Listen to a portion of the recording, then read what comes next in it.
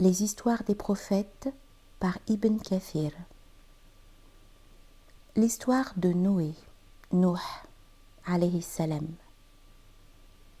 Il s'agit de Noé, fils de Lamech, fils de Mathusalem, fils d'Enoch, Idris, fils de Jared, fils de Maléléel, fils de Kénan, fils d'Enoch, fils de Seth, fils d'Adam, le père de l'humanité.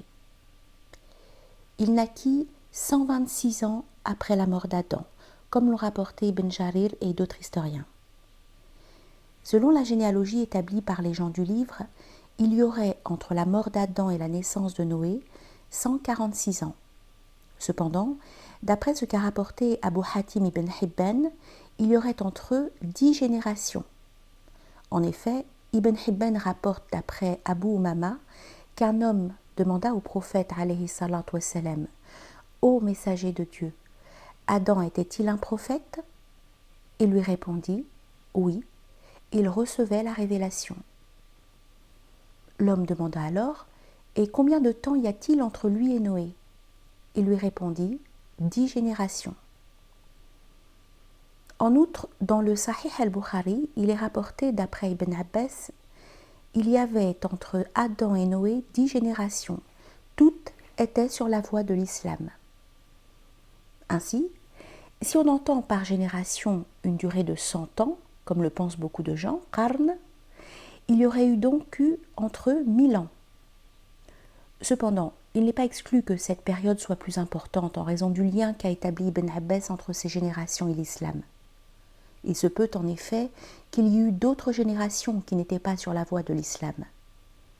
Il reste que le hadith d'Abu Umama précise que la période entre Adam et Noé était de 10 générations, et Ibn Abbas a ajouté qu'elles étaient toutes sur la voie de l'islam. Ce qui contredit la thèse de certains historiens parmi les gens du livre, prétendant que Caïn et ses enfants avaient adoré le feu, et Dieu est le plus savant.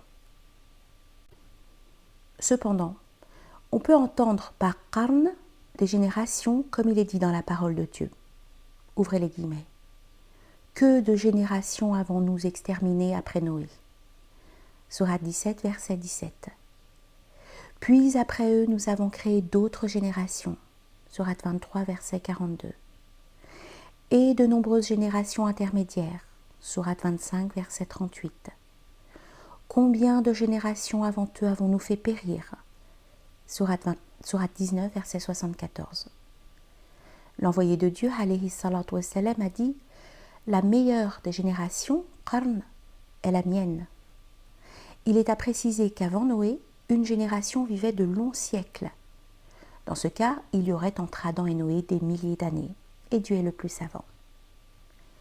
D'une manière générale, Noé a été envoyé par Dieu à l'époque où des peuples se mirent à adorer les idoles et les tyrans, Tarot, et à verser dans l'égarement et l'incroyance. Dieu l'a envoyé donc par miséricorde pour les hommes, et il fut par conséquent le premier messager à être envoyé aux habitants de la terre, comme le confirmeront les gens réunis autour de lui le jour de la résurrection. Son peuple s'appelait Bani Rasib, comme l'a rapporté Ibn Jarir et autres. Les savants ont divergé sur l'âge qu'il avait lorsqu'il reçut la révélation. Certains ont dit qu'il avait 50 ans, d'autres 300 ans et d'autres encore 480. Ibn Jarir, qui a rapporté ces trois avis, attribue le dernier à Ibn Abbas. Dieu a relaté dans plusieurs versets de son livre saint son récit, l'opposition de son peuple à son appel à Dieu, le châtiment qui s'est abattu sur eux, sur ceux qui l'ont renié, à savoir le déluge, de même que le salut de ceux qui l'ont suivi et qui prirent place dans l'arche. Dieu dit ainsi dans la sourate de Hud. Nous avons déjà envoyé Noé à son peuple. Je suis pour vous un avertisseur explicite afin que vous n'adoriez que Dieu. Je crains pour vous le châtiment d'un jour douloureux. Les notables de son peuple qui avaient mécru dirent alors « Nous ne voyons en toi qu'un homme comme nous, et nous voyons que ce sont seulement les villes parmi nous qui te suivent sans réfléchir. Et nous ne voyons en vous aucune supériorité sur nous. Plutôt, nous pensons que vous êtes des menteurs. » Il dit « Ô mon peuple, que vous ensemble, Si je me conforme à une preuve de mon Seigneur, si une miséricorde échappant à vos yeux est venue à moi de sa part, devrons-nous vous l'imposer alors que vous la répugniez? Ô mon peuple, je ne vous demande pas de richesse en retour. Mon salaire n'incombe qu'à Dieu. Je ne repousserai point ceux qui ont cru. Ils auront à rencontrer leur Seigneur. Mais je vous trouve des gens ignorants. Ô mon peuple, qui me secourra contre la punition de Dieu si je les repousse? Ne vous souvenez-vous pas? Et je ne vous dis pas que je détiens les trésors de Dieu. Je ne connais pas l'inconnaissable. Et je ne dis pas que je suis un ange. Et je ne dis pas non plus aux gens que vos yeux méprisent que Dieu ne leur accordera aucune faveur. Dieu connaît mieux ce qu'il y a dans leurs âmes. Si je leur disais, je serais du nombre des injustes. Ils dirent, « Oh Noé, tu as disputé avec nous et multiplié les discussions. Apporte-nous donc ce dont tu nous menaces, si tu es du nombre des véridiques. » Il dit, « C'est Dieu seul qui vous l'apportera, s'il veut, et vous ne saurez y échapper.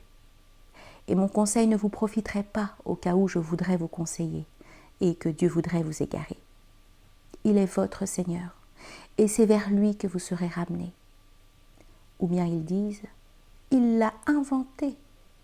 Dis, si je l'ai inventé, que mon crime retombe sur moi, et je suis innocent de vos criminelles accusations. Et il fut révélé à Noé, de ton peuple, il n'y aura plus de croyants que ceux qui ont déjà cru. Ne t'afflige pas de ce qu'ils faisaient, et construis l'arche sous nos yeux et d'après notre révélation.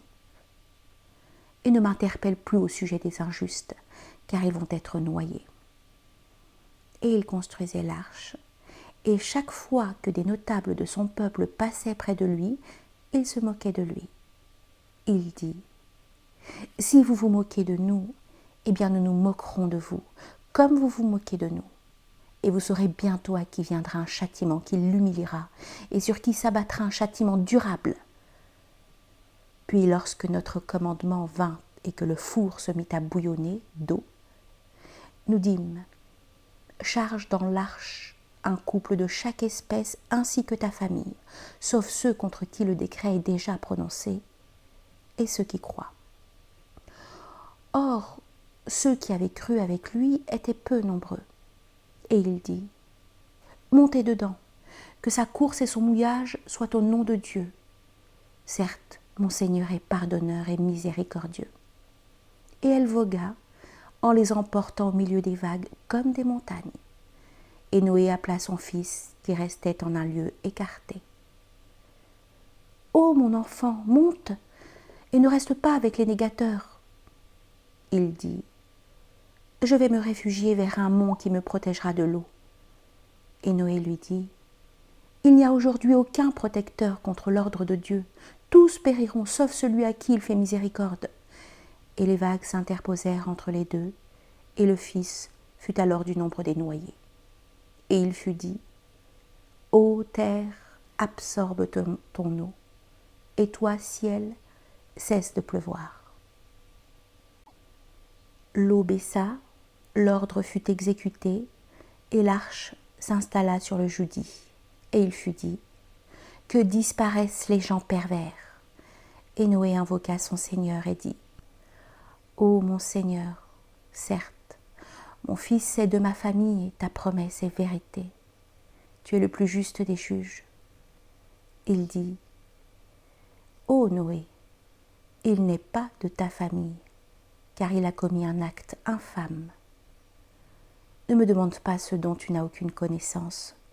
Je t'exhorte afin que tu ne sois pas du nombre des ignorants. » Alors Noé dit, « Seigneur, je cherche ta protection contre toute demande de ce dont je n'ai aucune connaissance.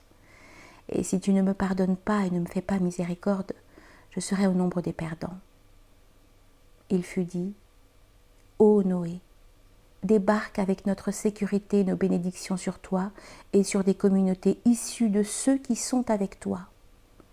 Il y en aura des communautés auxquelles nous accorderons une jouissance temporaire. Puis un châtiment douloureux venant de nous les touchera. Voilà quelques nouvelles de l'inconnaissable que nous te révélons. Tu ne les savais pas, ni toi, ni ton peuple avant cela. sois patient. La fin heureuse sera aux pieux. Sourate 11, versets 25 à 49. Dieu dit aussi: Et Noé, quand auparavant il fit son appel, nous l'exaucâmes et nous le sauvâmes, ainsi que sa famille, de la grande angoisse. Et nous le secourûmes contre le peuple qui traitait nos prodiges de mensonges. Ils furent vraiment des gens du mal. Nous les noyâmes donc tous.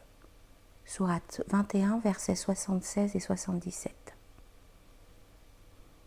Et encore, le peuple de Noé traita de menteurs les messagers lorsque Noé et leurs frères leur dit: Ne craindrez-vous pas Dieu? Je suis pour vous un messager digne de confiance. Craignez donc Dieu et obéissez-moi. Et je ne vous demande pas de salaire. Mon salaire n'incombe qu'au Seigneur de l'univers. Craignez Dieu donc et obéissez-moi. Ils dirent: Croirons-nous en toi, alors que ce sont les plus vils qui te suivent? Il dit: Je ne sais pas ce que cela faisait. Leur compte n'incombe qu'à mon Seigneur. Si seulement vous étiez conscients. Je ne suis pas celui qui repousse les croyants. Je ne suis qu'un avertisseur explicite. Ils dirent: Si tu ne cesses pas, Noé, tu seras certainement du nombre des lapidés. Il dit: Ô mon Seigneur, mon peuple me traite de menteur. Tranche donc clairement entre eux et moi, et sauve-moi ainsi que ceux des croyants qui sont avec moi. Nous le sauvâmes donc, de même que ceux qui étaient avec lui dans l'arche pleinement chargés. Et ensuite nous noyâmes le reste des infidèles. Voilà bien là un signe. Cependant, la plupart d'entre eux ne croient pas. Et ton Seigneur, c'est lui vraiment le puissant, le très miséricordieux. Sourate 26, versets 105 à 122. Et encore: Et en effet, nous avons envoyé Noé vers son peuple. Il demeura parmi eux 1000 ans, moins 50 années.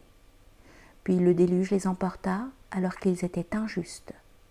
Puis nous le sauvâmes, lui et les gens de l'arche, et nous en fîmes un avertissement pour l'univers. Sourate 29, versets 14 et 15. Nous avons déjà rapporté d'après Ibn Abbas qu'il y avait entre Adam et Noé 10 générations qui professaient tout l'islam. Nous avons vu aussi que par qarn, il convient d'entendre soit la génération, soit la période de temps, autrement siècle. Ces générations pieuses passées, les gens se mirent à adorer les idoles. Al-Bukhari a rapporté d'après Ibn Abbas à propos de cette parole de Dieu, ouvrez les guillemets, et ils ont dit: N'abandonnez jamais vos divinités et n'abandonnez jamais Wad, Suwa', Yarut et Nasr, Sourate 71, verset 23, qu'il s'agissait de noms de gens vertueux parmi le peuple de Noé. Mais à leur mort, le diable suggéra à leurs concitoyens de leur ériger des statues dans leur lieu de réunion et de leur donner leur nom, ce qu'ils firent. Ces statues ne furent point adorées au début. Ce n'est qu'à la disparition de ceux qui les avaient construites, quand la science disparut, qu'elles furent considérées comme des dieux. Ibn Abbas a dit aussi: Ces idoles qui étaient adorées du temps de Noé passèrent ensuite parmi les Arabes. C'est aussi l'avis de Ikrima, Ad-Dahhak, Qatada et Muhammad ibn Ishaq. Ibn Abu Hatim a rapporté d'après Urwa ibn Az-Zubayr ce qui suit. Wad, Su'a, Yarut et Nasr étaient les enfants d'Adam. Wad était le plus âgé d'entre eux et le plus bienfaisant envers son père. C'était un homme vertueux et aimé de son peuple. Lorsqu'il mourut, les gens s'assemblèrent autour de son tombeau à Babel, tellement leur affliction était grande. Voyant cela, Iblis prit une forme humaine et se présenta à eux en leur disant: Je vois combien vous êtes affligés par la disparition de cet homme. Si vous voulez, je vous ferai son portrait que vous pourrez mettre dans votre lieu de réunion. Vous vous souviendrez ainsi de lui. Ils acceptèrent cette proposition et il leur réalisa son portrait que les gens mirent dans le lieu où ils s'assemblaient pour ne pas l'oublier. En voyant qu'ils ne cessaient de l'évoquer, Iblis leur suggéra de mettre dans chaque maison une statue de leur pieux personnage afin que son souvenir et sa vénération soient partagés par tous. Ils acceptèrent cette proposition et il leur fabriqua des statues qu'ils mirent dans chaque demeure. Ensuite vinrent leurs enfants et ils virent la vénération qu'ils portaient à la statue de leur pieux ancêtre. À ces enfants succédèrent d'autres enfants, et la vénération du vertueux Ouad ne cessait de prendre de l'ampleur jusqu'à ce qu'elle se transformât en idolâtrie chez leurs arrière-petits-enfants. Ouad fut ainsi la première idole à être adorée en dehors de Dieu. Ainsi, au fur et à mesure que le temps s'écoulait, les gens faisaient de personnes pieuses et vertueuses des idoles qu'ils finissaient par adorer en dehors de Dieu. Cette adoration a pris depuis plusieurs formes. Il est rapporté dans les deux Sahih que lorsque Salama et Habiba évoquèrent chez l'envoyé de Dieu sur lui la grâce et la paix, la beauté de l'Église, Marie, qu'elles avaient vue en Abyssinie, et des images qui s'y trouvaient, il dit « Lorsqu'un homme vertueux parmi ces gens meurt, ils élèvent sur sa tombe un temple qui dessine ces images. Ceux-là sont les pires des créatures auprès de Dieu. » Cela étant, lorsque l'idolâtrie et la corruption se répandirent sur terre, Dieu envoya son serviteur et messager Noé, sur lui le salut, pour prêcher l'adoration de Dieu, seul, sans associé, et mettre en garde contre l'adoration de tout ce qui est en dehors de Dieu.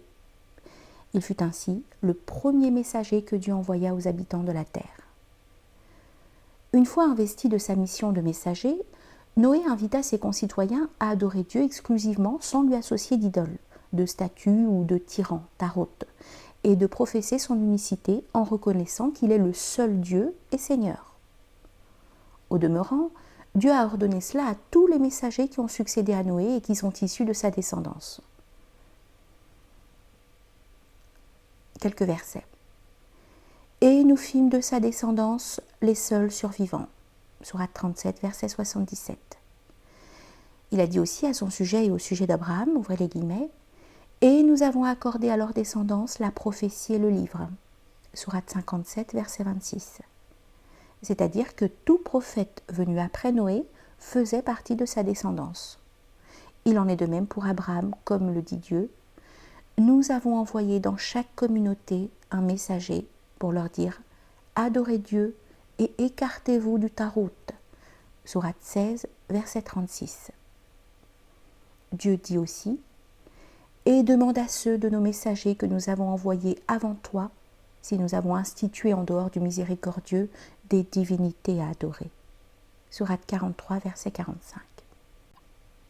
Ainsi, Dieu a rappelé que Noé a exhorté ses concitoyens et les a appelés à Dieu en utilisant toutes les formes de prédication, de nuit comme de jour, secrètement et publiquement, tantôt en annonçant la bonne nouvelle du paradis à qui le suivrait, tantôt en menaçant les rebelles d'un châtiment douloureux. Malgré cela, il n'a pas réussi à les attirer à la foi de l'unicité. Bien plus, la plupart d'entre eux persistèrent dans leur égarement et leur adoration des idoles et des statues, en témoignant à Noé animosité et hostilité. Pire encore, ils ont témoigné du mépris pour ceux qui ont cru en lui et les ont menacés de lapidation et de bannissement. En preuve ces versets. Les notables de son peuple lui dirent « Nous te voyons dans un égarement évident. » Il dit « Ô mon peuple, il n'y a pas d'égarement en moi, mais je suis un messager de la part du Seigneur de l'univers. » Sourate 7, versets 60 et 61. En d'autres termes, cela signifie « Je ne suis pas un égaré comme vous le prétendez. Au contraire, je suis sur la voie droite. Je suis un messager pour vous de la part du Seigneur de l'univers. Celui qui dit à une chose « soit » et elle est. » En référence au verset « Je vous communique les messages de mon Seigneur et je vous donne conseil sincère et je sais de Dieu ce que vous ne savez pas. » Sourate 7, verset 62. Les gens de son peuple lui ont dit notamment, ouvrez les guillemets, « Nous ne voyons en toi qu'un homme comme nous, et nous voyons que ce sont seulement les vils parmi nous qui te suivent sans réfléchir, et nous ne voyons en vous aucune supériorité sur nous. Plutôt, nous pensons que vous êtes des menteurs. » Sourate 11, verset 27. Ils se sont étonnés qu'un homme comme eux puisse être un messager venant de la part de Dieu. Ils ont aussi déprécié ceux qui ont cru en lui, en voyant en eux des êtres vils. On rapporte que ceux-ci étaient parmi les plus pauvres et les plus faibles. Au demeurant, ce sont là ceux qui suivent les prophètes, comme l'a dit Héraclus, dans la mesure où rien ne les empêche de suivre la vérité. En outre, leur parole sans réfléchir veut dire que ceux qui ont suivi Noé l'ont fait sans doute et sans hésiter. Or, cela peut être aussi une raison de faire l'éloge de ces gens-là, que Dieu soit satisfait d'eux, car la vérité manifeste n'a pas besoin qu'on y réfléchisse, l'examine ou qu'on en doute. Bien au contraire, il faut y croire et la suivre dès qu'elle se manifeste. Le temps que Noé passa à prêcher et à exhorter ses concitoyens fut considérable. À ce sujet, Dieu dit « Il demeura parmi eux 1000 ans moins 50 années. Puis le déluge les emporta alors qu'ils étaient injustes. » Sourate 29, verset 14. En d'autres termes, durant toute cette longue période, seuls quelques hommes ont cru en lui. On rapporte que chaque fois qu'une génération était sur le point de disparaître, elle laissait la recommandation à celle qui lui succédait de ne pas croire en Noé et de s'opposer à lui, à son message. Lorsqu'un enfant arrivait à maturité, son père lui recommandait de ne jamais croire en Noé aussi longtemps qu'il vivrait. Leur disposition naturelle refusait et rejetait la foi et la reconnaissance de la vérité. C'est pour cela que Dieu dit « Et n'engendreront que des pécheurs infidèles » Sourate 71, verset 27. Et c'est pour cela qu'ils ont dit « Ô Noé, tu as disputé avec nous et multiplié les discussions. Apporte-nous donc ce dont tu nous menaces, si tu es du nombre des véridiques. » Il dit « C'est Dieu qui vous l'apportera, s'il veut, et vous ne saurez y échapper. » Sourate 11, versets 32 et 33. C'est-à-dire que Dieu seul est en mesure d'apporter ce dont je vous menace, car rien ne saurait réduire son autorité, et il lui suffit, quand il veut une chose, de dire « soit » et elle est. Dieu dit également « Et il fut révélé à Noé, de ton peuple il n'y aura plus de croyants que ceux qui ont déjà cru. » Sourate 11, verset 36. C'est là une manière de consoler Noé de ce qui lui a fait subir son peuple. Et aussi, ne t'afflige pas de ce qu'il faisait. Sourate 11, verset 36. C'est-à-dire, ne sois pas triste du fait qu'il n'ait pas voulu croire en toi, et ne désespère point, car la victoire ne saurait tarder à venir, et la nouvelle qui te parviendra sera extraordinaire. Et construis l'arche sous nos yeux et d'après notre révélation, et ne m'interpelle plus au sujet des injustes, car ils vont être noyés. Sourate 11, verset 37. En effet, après avoir perdu tout espoir de les réformer, de les conduire sur la voie de la réussite, et de les voir changer d'attitude à son égard, attendu qu'ils ont persisté à lui faire du tort, à rejeter son appel et à le démentir, Noé invoqua Dieu contre les gens de son peuple, et Dieu exauça aussitôt son invocation. En preuve ce verset. Noé, en effet, fit appel à nous, qui sommes le meilleur répondeur, qui exauce les prières, et nous le sauvâmes, lui et sa famille, de la grande angoisse. Sourate 37, versets 75 et 76. Et Noé, quand auparavant il fit son appel, nous l'exaucâmes et nous le sauvâmes, ainsi que sa famille, de la grande angoisse. Sourate 21, verset 76. Il dit « Ô mon Seigneur, mon peuple me traite de menteur. Tranche donc clairement entre eux et moi. Et sauve-moi ainsi que ceux des croyants qui sont avec moi. » Sourate 26, versets 117 et 118. Il invoqua donc son Seigneur. « Moi, je suis vaincu. Fais triompher ta cause. » Sourate 54, verset 10. Il dit « Seigneur, apporte-moi secours parce qu'ils me traitent de menteur. » Sourate 23, verset 39. À cause de leur faute, ils ont été noyés, puis on les a fait entrer au feu, et ils n'ont pas trouvé en dehors de Dieu de secoureur. Et Noé dit « Seigneur, ne laisse sur la terre aucun infidèle. Si tu les laisses en vie, ils égareront tes serviteurs, et n'engendreront que des pécheurs infidèles. » Sourate 71, versets 25 à 27. C'est ainsi que leurs péchés, leur incroyance et les invocations de leurs prophètes ont précipité leur châtiment. Dieu ordonna à Noé de construire une arche, un grand vaisseau qui n'avait pas son pareil auparavant et qui n'en aurait jamais. Cependant, Dieu précisa que lorsque son ordre viendra et que son châtiment s'abattra sur les négateurs, Noé ne devra pas revenir vers Dieu pour lui demander de lever le châtiment et d'épargner son peuple. Il se peut en effet qu'au moment de la punition, en voyant le châtiment s'abattre sous ses yeux, il éprouve de la pitié pour ses concitoyens. C'est pour cela que Dieu dit « Et ne m'interpelle plus au sujet des injustes, car ils vont être noyés. » Et il construisait l'arche, et chaque fois que des notables de son peuple passaient près de lui, il se moquait de lui. Sourate 11, versets 37 et 38. Cela signifie qu'il se moquait de lui et ne croyait nullement en ce dont il les menaçait. Noé leur répondit « Si vous vous moquez de nous, eh bien nous nous moquerons de vous, comme vous vous moquez de nous. » Sourate 11, verset 38. C'est-à-dire que c'est nous qui devons à juste titre nous moquer de vous et nous étonner de votre entêtement et votre obstination dans l'incroyance et l'égarement, qui ne peuvent qu'impliquer le châtiment qui ne tardera pas à vous surprendre. Et ce verset « Et vous saurez bientôt à qui viendra un châtiment qui l'humiliera et sur qui s'abattra un châtiment durable. » Sourate 11, verset 39.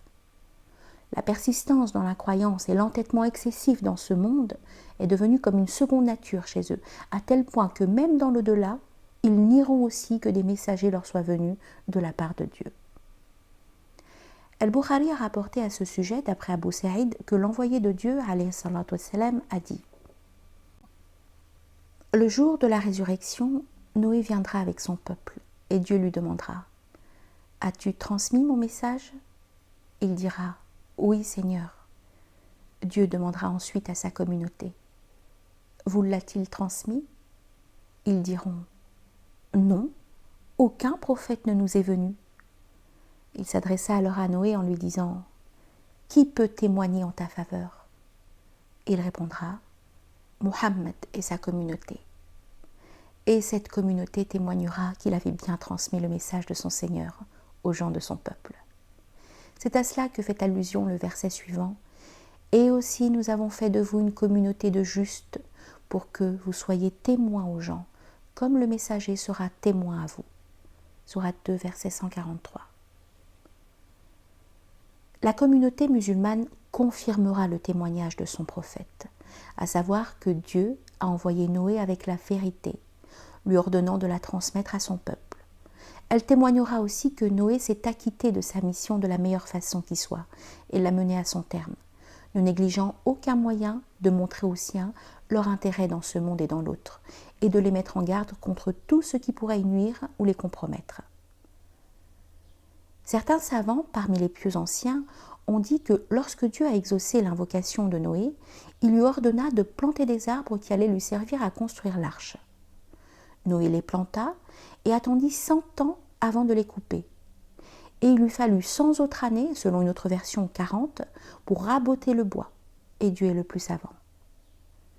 Mohammed ibn Ishaq a rapporté d'après At-Tawri que le bois de l'arche provenait du platane. D'autres ont dit qu'il s'agissait du pin, comme il est dit dans la Torah.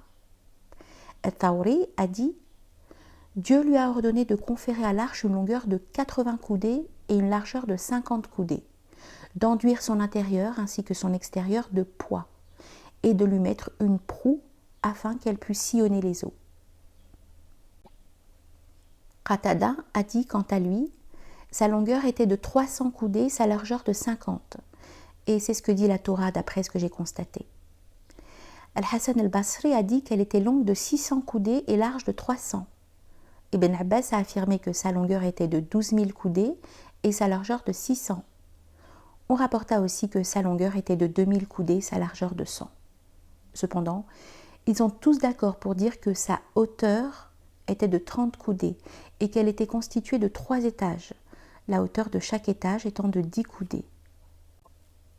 L'étage inférieur était réservé aux bêtes et aux animaux sauvages, celui du milieu aux humains et le plus élevé aux volatiles. Sa porte se trouvait sur son côté large et elle avait un toit qui la recouvrait entièrement. Dieu dit « Il dit « Seigneur, apporte-moi secours parce qu'il me traite de menteur. » Nous lui révélâmes « Construis l'arche sous nos yeux et selon notre révélation. » Sourate 23, versets 26 et 27. C'est-à-dire selon notre ordre et sous notre regard, afin que nous te montrions comment la construire à la perfection. Dieu dit aussi « Et quand notre commandement viendra et que le four bouillonnera, achemine là-dedans un couple de chaque espèce, ainsi que ta famille, sauf ceux d'entre eux contre qui la parole a déjà été prononcée. Et ne t'adresse pas à moi au sujet des injustes, car ils seront fatalement noyés. Sourate 23, verset 27. Dieu lui a révélé donc que, lorsque son ordre suprême arrivera et que le châtiment surviendra, il devra faire embarquer sur l'arche un couple de chaque animal et emporter tout ce qui était vivant ainsi que les aliments pour assurer leur continuité, sans oublier bien sûr ceux de sa famille qui avaient cru en lui, sauf ceux d'entre eux contre qui la parole a déjà été prononcée. Les navigateurs parmi les siens seront fatalement touchés par le châtiment dont ils furent longtemps menacés. Par le terme four, tanour, la majorité des savants entend la surface de la terre, c'est-à-dire que de tous les côtés de la terre, l'eau avait jailli, au point qu'elle surgit même des fours qui sont les lieux du feu. Cependant, Ibn Abbas a dit que le four, tanour, est le nom d'une fontaine qui se trouve en Inde. Shibi a dit qu'elle se trouve à Koufa, en Irak, et Qatada a soutenu qu'elle se trouve dans la presqu'île arabique. Ali ibn Abu Talib a dit quant à lui qu'il s'agit de l'aurore quand elle se fend et du jour quand il se lève. Ainsi, selon lui, Dieu a ordonné à Noé de faire monter les créatures dans l'arche dès l'aurore. Cette dernière explication est isolée. Dieu dit : Puis lorsque notre commandement vint et que le four se mit à bouillonner d'eau, nous dîmes : charge dans l'arche un couple de chaque espèce ainsi que ta famille, sauf ceux contre qui le décret est déjà prononcé, et ceux qui croient. Or ceux qui avaient cru avec lui étaient peu nombreux. Sourate 11, verset 40. C'est-à-dire que dès que le châtiment surviendra, Noé devra faire monter dans l'arche un couple de chaque espèce. Des divergences ont eu lieu entre les savants concernant le nombre de ceux qui étaient avec lui dans l'arche. Selon Ibn Abbas, ils étaient 80 hommes accompagnés de leurs femmes. Pour Ka'b al-Ahbar, ils étaient 72. Une version rapporte aussi qu'ils n'étaient que 10. De même, on rapporte qu'il n'y avait que Noé, ses 3 fils et ses 4 belles-filles, la 4e étant l'épouse de Jam, qui avait choisi la voie de l'égarement et s'était éloignée de celle du salut. Cependant, ces propos contredisent le sens du Coran qui explicite que d'autres personnes, ne faisant pas partie de sa famille, mais qui avaient cru en lui, étaient montées avec lui dans l'arche. En prouve ce verset : et sauve ainsi que ceux des croyants qui sont avec moi. Sourate 26, verset 118. Selon une autre version encore, il n'était que 8. Quant à l'épouse de Noé, la mère de tous ses enfants, Cham, Sem, Japhet, Jam, que les gens du livre appellent Canaan et qui fut englouti par les flots du déluge, et Habir qui mourut avant le déluge, on rapporte qu'elle fut du nombre des noyés. Le décret était déjà prononcé contre elle pour son incroyance. Dieu dit : et lorsque tu seras installé, toi et ceux qui sont avec toi dans l'arche, dis : louange à Dieu qui nous a sauvés du peuple des injustes. Et dis : Seigneur, fais-moi débarquer d'un débarquement béni. Tu es celui qui procure le meilleur débarquement. Sourate 23, versets 28 et 29.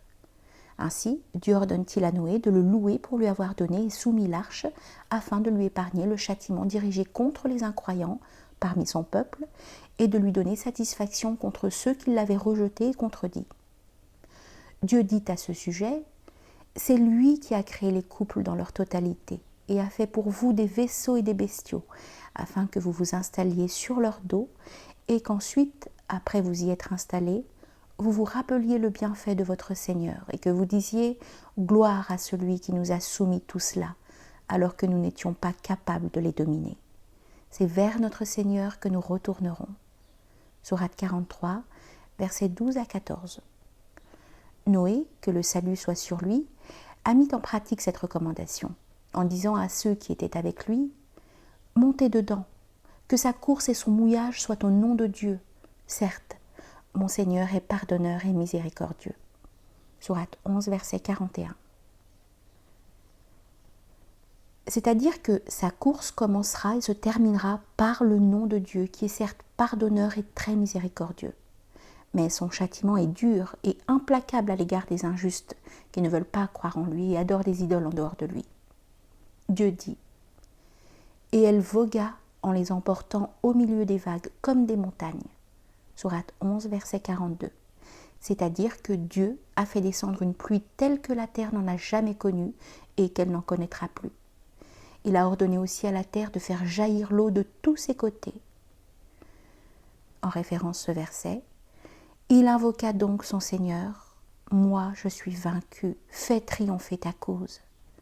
Nous ouvrîmes alors les portes du ciel à une eau torrentielle et fîmes jaillir la terre en source. Les eaux se rencontrèrent d'après un ordre qui était déjà décrété dans une chose faite. Et nous le portâmes sur un objet fait de planches et de clous, voguant sous nos yeux. Récompense pour celui qu'on avait renié. Sourate 54, versets 10 à 14. Certains exégètes ont dit que les eaux s'élevèrent de 15 coudées au-dessus de la plus haute montagne. C'est ce que disent au demeurant les gens du livre. Certains ont dit que cette hauteur avait atteint 80 coudées et que les eaux avaient recouvert toute la terre de long en large, ses plaines et ses sols durs, ses montagnes et ses déserts. Il ne resta sur sa surface aucun être vivant, aussi petit fût-il. Dieu dit, et Noé appela son fils qui restait en un lieu écarté, non loin de l'arche. Ô mon enfant, monte avec nous et ne reste pas avec les négateurs. Il répondit, je vais me réfugier vers un mont qui me protégera de l'eau. Et Noé lui dit, il n'y a aujourd'hui aucun protecteur contre l'ordre de Dieu. Tous périront, sauf celui à qui il fait miséricorde. Et les vagues s'interposèrent entre les deux, et le fils fut alors du nombre des noyés. Sourate 11, verset 43. Ce fils est Jam, le frère de Sem, Cham et Japheth. D'autres sources disent qu'il s'appelait Canaan. C'était un négateur et un pécheur qui s'était mis en porte-à-faux avec la foi de son père et la voie qu'il avait choisie. C'est pourquoi il fut parmi ceux qui périrent, tandis que des personnes sans aucun lien de sang avec Noé furent sauvées parce qu'elles crurent en lui et suivirent sa voie. Et il fut dit, ô terre, absorbe ton eau, et toi, ciel, cesse de pleuvoir. L'eau baissa, l'ordre fut exécuté, et l'arche s'installa sur le Judi, et il fut dit, que disparaissent les gens pervers. Sourate 11, verset 44. Ainsi, après avoir fait disparaître de la surface de la terre tous ceux qui adoraient autre que lui, Dieu, qu'il soit glorifié, ordonna à la terre d'absorber son eau dans ses entrailles, et au ciel de cesser de déverser de la pluie. Le courroux de Dieu s'abattit sur les négateurs conformément à sa science prééternelle et son décret. D'autre part, Dieu dit, celui-ci était vraiment un serviteur fort reconnaissant. Sourate 17, verset 3. On a rapporté qu'il louait Dieu continuellement pour tous les bienfaits que Dieu lui avait accordés, nourriture, boissons, habits, etc. Le pèlerinage de Noé, sur lui le salut. L'érudit Abu Ya'la a rapporté d'après Ibn Abbas que lorsque l'envoyé de Dieu, alayhi salatu wassalam, partit en pèlerinage, il passa par la vallée de Asfan. En y arrivant, il dit à Abu Bakr, « Ô Abu Bakr, quelle est cette vallée ?» Il lui répondit, « C'est la vallée de Asfan. » L'envoyé de Dieu, alayhi salatu wassalam, dit alors, « Noé, Hud et Abraham sont passés par cette vallée, montés sur des chameaux de couleur rouge et dont les brides étaient de fibres végétales. Ils portaient des manteaux amples et des vêtements rayés. Ils se dirigeaient vers la maison antique, la Kaaba, pour faire le pèlerinage.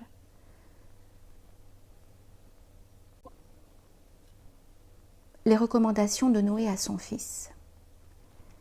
L'imam Ahmad a rapporté d'après Abdullah ibn Amr, nous étions chez le prophète, alayhi salatu wassalam, lorsqu'un homme du désert, vêtu d'un manteau rayé et serti de brocart, entra et dit « Votre compagnon que voici veut rabaisser tout cavalier, fils de cavalier, et élever tout berger, fils de berger. » L'envoyé de Dieu, alayhi salatu wassalam, le prit alors par le pan de son manteau et lui dit « Ne vois-je pas sur toi les vêtements de quelqu'un qui n'a pas d'intelligence ?»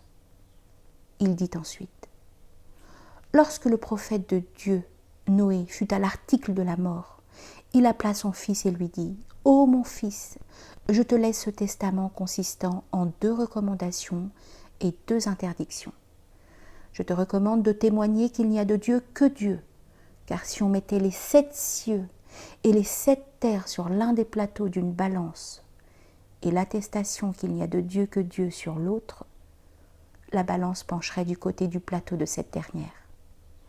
Et si les 7 cieux et les 7 terres étaient un anneau solide, la formule « Il n'y a de Dieu que Dieu, gloire et louange à Dieu » les aurait brisés. C'est par elle aussi que se lient les choses, et grâce à elle que les créatures reçoivent leur subsistance. Quant aux choses que je t'interdis, ce sont l'associationnisme, shirk et l'orgueil. On dit « Ô messager de Dieu, nous savons ce qu'est l'associationnisme et qu'est-ce que l'orgueil ? Est-ce le fait que l'un de nous possède une paire de sandales avec de beaux lacets ?» Il répondit « Non. » On lui demanda « Est-ce le fait de porter un habit neuf ?» Il répondit « Non. » On demanda « Est-ce le fait de posséder une monture ?» Il répondit « Non. » On demanda « Est-ce le fait d'avoir des amis qui lui tiennent compagnie ?» Il répondit « Non. » On demanda alors « Et qu'est-ce que donc l'orgueil, ô messager d'Allah ?»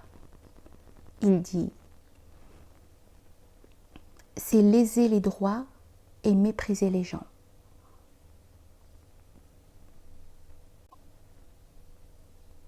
Le lieu de sépulture de Noé, sur lui le salut. Dans un hadith détaché, l'envoyé de Dieu alayhi salatu wassalam a dit « La terre a été étendue à partir de la Mecque. Les anges venaient alors faire des tours autour du temple de la Kaaba. Ils furent les premiers à faire des tournées rituelles. C'est de cette terre dont il est question dans ce verset. Je vais établir sur la terre un vicaire. » Sourate 2, verset 30. Le prophète alayhi salatu wassalam a dit aussi « Lorsque le peuple de Noé périt, il vint à la Mecque avec les vertueux qui étaient avec lui, et ils adorèrent Dieu jusqu'à ce qu'ils trouvassent la mort. Ainsi, les lieux de sépulture de Houd, de Noé, de Salih et de Shuaïb se trouvent entre le puits de Zamzam, l'angle et la station d'Abraham.